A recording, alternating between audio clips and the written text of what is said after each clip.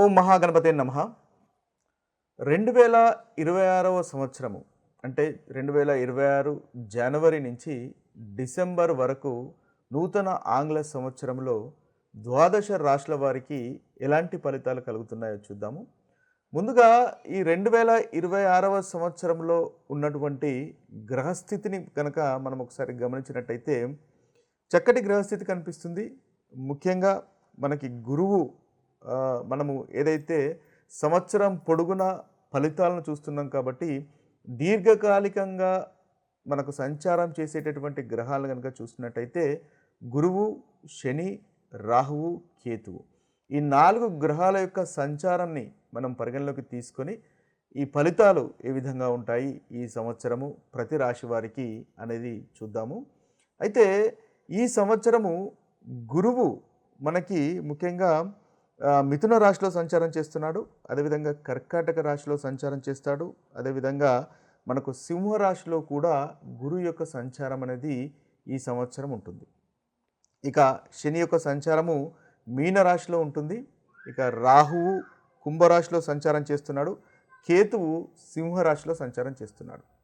ఈ శని యొక్క సంచారము, రాహు యొక్క సంచారము, కేతు యొక్క సంచారము ఈ సంవత్సరము వారి ఆ రాశిలో మాత్రమే వారి యొక్క సంచారం ఉంటుంది. అంటే శని మీనరాశిలోను, కేతు సింహరాశిలోను, అదేవిధంగా రాహు కుంభరాశిలోను సంచారం చేస్తారు.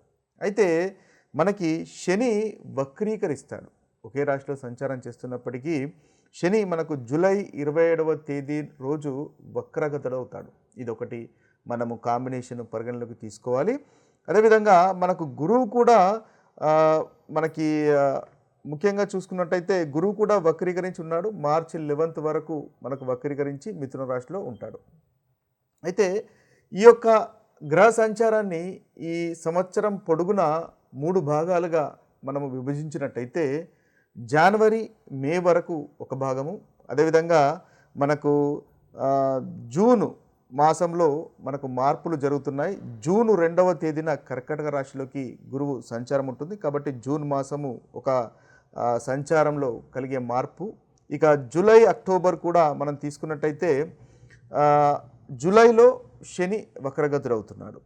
ఇక అక్టోబర్ 31వ తేదీ గురువు మనకు సింహరాశిలో సంచారం చేస్తున్నాడు. అంటే మనకి అక్టోబర్ తర్వాత నుంచి అదేవిధంగా జనవరి, మే వరకు, జూను, తర్వాత జూలై నుంచి అక్టోబర్ వరకు ఇలా మనం విభజించుకుంటూ మనము ద్వాదశ రాశుల యొక్క ఫలితాలు ఈ సంవత్సరము ఏ విధంగా ఉంటాయో చూద్దాము.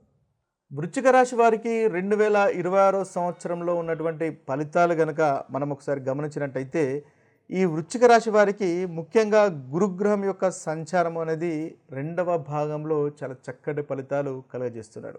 అంటే మనము ఈ యొక్క సంవత్సర కాలాన్ని మనము ఒక 3 భాగాలుగా విభజించినట్టయితే మొదటిగా జనవరి, మే వరకు గురువు వీరికి 8వ ఇంట్లో సంచారం ఉంటుంది. శని 5వ ఇంట్లో సంచారము, రాహు 4వ ఇంట్లో సంచారము, కేతు 10వ స్థానంలో సంచారం ఉంటుంది. జూన్ 2 తర్వాత గురువు వీరికి 9వ స్థానంలో సంచారం అనేది ఉంటుంది. ముఖ్యంగా కర్కాటక రాశిలోకి సంచారం చేస్తాడు. తన ఉచ్చ స్థితిలోకి సంచారం చేస్తాడు. కాబట్టి 9వ స్థానంలో గురువు యొక్క సంచారం ఉంటుంది. అయితే గురువు యొక్క సంచారము అక్కడ అనుకూలంగా ఉంటుంది. మొదటిగా ఈ రాశి వారికి మొదటి భాగంలో ఉన్నటువంటి ఫలితాలు, పరిస్థితులు కనుక చూసినట్టయితే జనవరి నుంచి జూన్ వరకు ఉన్నటువంటి పరిస్థితులు కనుక గమనించినట్టయితే వృత్తిలో వీరికి కాస్త ఇబ్బందులు ఉండేటటువంటి అవకాశాలు కనిపిస్తున్నాయి. కాస్త డిసప్పాయింట్మెంట్స్ ఉండేటటువంటి అవకాశాలు కనిపిస్తున్నాయి. ఎందుకంటే గురువు మనకి 8వ స్థానంలో సంచారం చేస్తున్నాడు. అయితే ఇందులో మార్చి వరకు వక్రీకరించి ఉంటాడు. అంటే జనవరి, ఫిబ్రవరి, మార్చి ఈ మార్చి వరకు మళ్ళీ అనుకూలంగా ఉంటుంది. గురుగ్రహము 7వ స్థానంలో ఉంటాడు కాబట్టి అనుకూలత ఉంటుంది. మీకు వివాహానికి సంబంధించినటువంటి విషయాలు కానీ, వ్యాపారానికి సంబంధించినటువంటి విషయాలు కానీ పురోగవృద్ధి ఉండేటటువంటి అవకాశాలు కనిపిస్తాయి. అయితే ఈ మార్చి తర్వాత నుంచి మొదలుకొని మనకు జూన్ వరకు దాదాపు కాస్త అభివృద్ధిలో నెమ్మది అనేది ఉంటుంది. అనారోగ్యంతో కాస్త ఇబ్బంది పడేటటువంటి అవకాశాలు మనకు కనిపిస్తున్నాయి. ముఖ్యంగా దాంపత్య జీవితంలో ఆర్గ్యుమెంట్స్ ఉండే అవకాశాలు మనకు ఈ మొదటి భాగంలో అంటే మార్చి తర్వాత నుంచి మనకు కనిపిస్తున్నాయి. అయితే శని కూడా 5వ స్థానంలో ఉంటాడు. సంతానం లేని వారికి సంతానం కలుగుతుంది. అయితే కాస్త ఆలస్యం అయ్యేటటువంటి అవకాశాలు మనకు కనిపిస్తున్నాయి.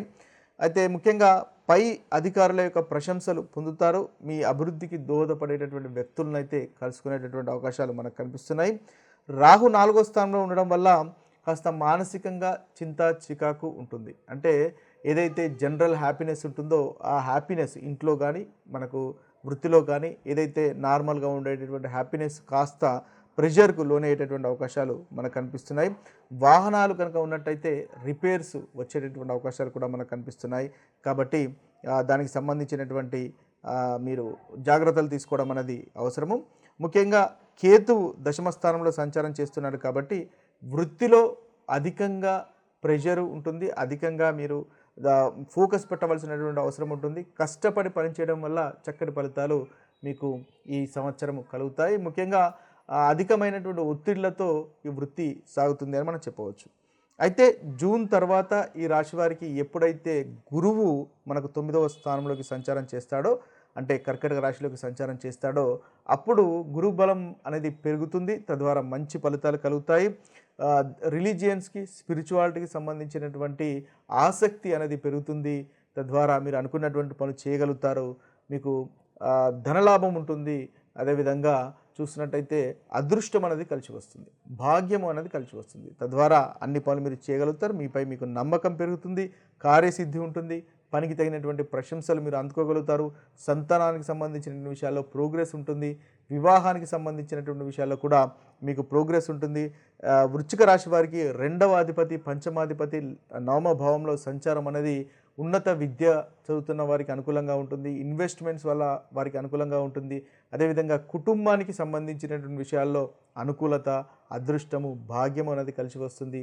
మీ యొక్క వాక్కు మృదు వల్ల చక్కటి ఫలితాలు ఈ జూన్ నుంచి మనకి వృశ్చిక రాశి వారు పొందేటటువంటి అవకాశాలు కనిపిస్తున్నాయి. అయితే వీరికి అక్టోబర్ తర్వాత మళ్ళీ గురువు దశమ స్థానంలోకి సంచారం చేస్తాడు. అంటే అక్టోబర్ తర్వాత వీరికి సింహరాశిలోకి సంచారం అనేది ఉంటుంది. కాబట్టి గురువు యొక్క సంచారం సింహరాశిలోకి రావడం వల్ల అక్టోబర్ 31 నుంచి మళ్ళీ వృత్తిలో ఫోకస్ అనేది అధికంగా పెట్టవలసినటువంటి అవసరం ఉంటుంది. ఒత్తిళ్లు పెరిగేటటువంటి అవసరం ఉంటుంది. వృత్తి మార్పులు కూడా మనకి ఎప్పుడైతే జూపిటర్ సింహరాశిలోకి సంచారం చేస్తున్నప్పుడు, అంటే దశమ స్థానంలోకి సంచారం చేస్తున్నప్పుడు ఆ వృత్తిలో కూడా మార్పులు అనేవి జరిగే అవకాశాలు కూడా మనకు కనిపిస్తున్నాయి. ఇవి స్థూలంగా ఈ రాశి వారికి ఉన్నటువంటి ఫలితాలు. ముఖ్యంగా 2వ భాగంలో ఈ రాశి వారికి 2026వ సంవత్సరంలో 2వ భాగంలో చాలా చక్కగా ఉంటుంది. మళ్ళీ మార్చి 11 వరకు కూడా చాలా చక్కగా ఉంటుంది. ఎందువల్లంటే గురువు యొక్క అనుకూలత ఉంటుంది కాబట్టి వీరికి చాలా అనుకూలమైనటువంటి ఫలితాలు కలుగుతాయి.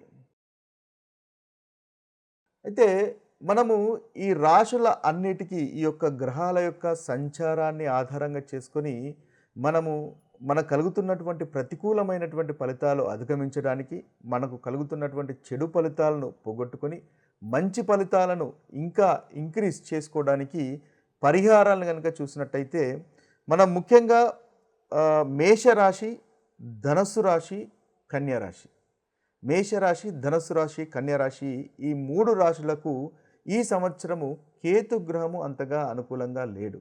కాబట్టి ఈ 3 రాశుల వారు కేతు గ్రహానికి సంబంధించినటువంటి పరిహారాలు చేసుకున్నట్టయితే మీకు చాలా చక్కటి ఫలితాలు కలుగుతాయి. ముఖ్యంగా కేతు గ్రహం అంటే కేతు యొక్క మంత్రాన్ని మీరు ప్రతిరోజు పఠించవచ్చు. ఓం క్యం కేతవాయ నమః అనేటటువంటి మంత్రాన్ని మీరు 108 సార్లు పఠించవచ్చు. లేదా ఓం శ్రాం శ్రీం శ్రౌం సహ కేతవాయ నమః అనేటటువంటి మంత్రాన్ని కూడా మీరు బీజ మంత్రాన్ని 108 సార్లు పఠించినట్టయితే చాలా చక్కటి ఫలితాలు మీకు కలుగుతాయి. అదేవిధంగా మంగళవారం కానీ శనివారం కానీ ఒకవేళ మీకు ప్రతిరోజు కనుక కుదరకపోయినట్టయితే కనీసం మంగళవారము, శనివారము సాయంత్రము ఈ కేతు గ్రహ మంత్రాన్ని పఠించినట్టయితే ఈ సంవత్సరం మొత్తము కేతు వల్ల కలుగుతున్నటువంటి ప్రతికూలమైనటువంటి ఫలితాలు ఈ 3 రాశుల వారు అధిగమించగలుగుతారు. మేషరాశి, ధనస్సు రాశి, అదేవిధంగా కన్యారాశి. ఇక మిగతా రాశులు కనుక చూసినట్టయితే వృషభ రాశి, కర్కాటక రాశి, మకర రాశి, తులారాశి, మిథున రాశి. ఈ యొక్క 5 రాశుల వారు రాహు కేతువుల యొక్క మంత్రాన్ని పఠించినట్టయితే వీరికి చక్కటి ఫలితాలు కలుగుతాయి. అంటే ఈ సంవత్సరంలో ఈ రాశుల వారు రాహు యొక్క గ్రహానికి సంబంధించినటువంటి పరిహారాలు చేసుకోవాలి. అదేవిధంగా కేతుకు సంబంధించినటువంటి పరిహారాలు కూడా చేసుకోవాలి. అంటే ఈ 2 గ్రహాలు ఈ రాశుల వారికి అంతగా అనుకూలంగా లేవు. ముఖ్యంగా వృషభ రాశి వారికి, కర్కాటక రాశి వారికి, మకర రాశి వారికి, తులారాశి వారికి, మిథున రాశి వారికి. అయితే వీరు ముందుగా మనము చెప్పుకున్నట్టుగా కేతు మంత్రాన్ని, కేతు బీజ మంత్రాన్ని 108 సార్లు మంగళవారం కానీ శనివారం కానీ పఠించండి. ఓం శ్రాం శ్రీం శ్రౌం సహా కేతవేన్ నమః అనేటటువంటి మంత్రాన్ని పఠించినట్టయితే చక్కటి ఫలితాలు కలుగుతాయి.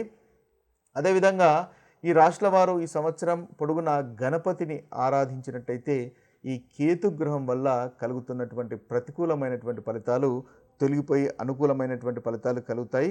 అదేవిధంగా శివుడికి అభిషేకం చేసినా కూడా మనకు ఈ రాశి వారికి చక్కటి ఫలితాలు కలుగుతాయి. అయితే ఈ కేతు గ్రహంతో పాటుగా మనము రాహుగ్రహానికి సంబంధించినటువంటి పరిహారాలు కూడా చేసుకోవాలి. ముఖ్యంగా రాహుగ్రహం అంటే దుర్గామాతను కనుక ఈ రాశుల వారు ఈ సంవత్సరం ఆరాధించినట్టయితే చక్కటి ఫలితాలు కలుగుతాయి. అనుకున్నటువంటి మీకు పనులు నెరవేరుతాయి. ముఖ్యంగా రాహు యొక్క బీజమంత్రాన్ని కూడా మీరు పఠించవచ్చు. ఓం భ్రాం బ్రీం బ్రౌం సహా రాహవేన్ నమః అనేటటువంటి ఈ బీజ మంత్రాన్ని 108 సార్లు రాహుకాలంలో ఉదయం 7 గంటల నుంచి 9 గంటల మధ్య లేదా సాయంత్రము 4 గంటల 30 నిమిషముల నుండి 6 గంటల వరకు పఠించినట్టయితే వీరికి రాహుగ్రహం వల్ల కలుగుతున్నటువంటి ప్రతికూలమైనటువంటి ఫలితాలు కూడా తొలగిపోయి అనుకూలత అనేది కలుగుతుంది. ముఖ్యంగా నాగదేవతకు సంబంధించినటువంటి పూజలు కానీ చేసుకున్నట్టయితే మీకు ఈ రాహుగ్రహం వల్ల కలుగుతున్నటువంటి దుష్ఫలితాలు ఏదైతే ఉన్నాయో రాహు కేతు వల్ల కలుగుతున్నటువంటి దుష్ఫలితాలు తొలగిపోతాయి. అంతేకాకుండా శివునికి కూడా మీరు ఈ సంవత్సరం పొడుగున ఈ రాశుల వారు శివునికి సంబంధించినటువంటి పూజలు కనుక చేసుకున్నట్టయితే చక్కటి పరిహారాలుగా ఉపయోగపడతాయి. ఏదైతే ప్రతికూలమైనటువంటి ఫలితాలు ఉన్నాయో ఆ ప్రతికూలమైనటువంటి ఫలితాలు తొలగిపోతాయి. ఇక మనం చూసినట్టయితే సింహరాశి, వృశ్చిక రాశి, కుంభరాశి, మీనరాశి ఈ మిగిలిన 4 రాశులు సింహరాశి, వృశ్చిక రాశి, అదేవిధంగా కుంభరాశి, మీనరాశి ఈ 4 రాశుల వారు మాత్రము రాహువు, కేతువు, శని ఈ 3 గ్రహాల యొక్క పరిహారాలు చేసుకోవాల్సినటువంటి అవసరం ఉంటుంది. అంటే ఈ సంవత్సరం పొడుగున మీకు ఈ 3 గ్రహాలు దాదాపుగా అంతగా అనుకూలంగా లేవు. కాబట్టి ఈ ప్రతికూలమైనటువంటి ఫలితాలు తొలగిపోయి అనుకూలమైనటువంటి ఫలితాలు కలగడానికి ఈ 3 గ్రహాల యొక్క పరిహారాలు అనేది చేసుకోవడం ఉత్తమము.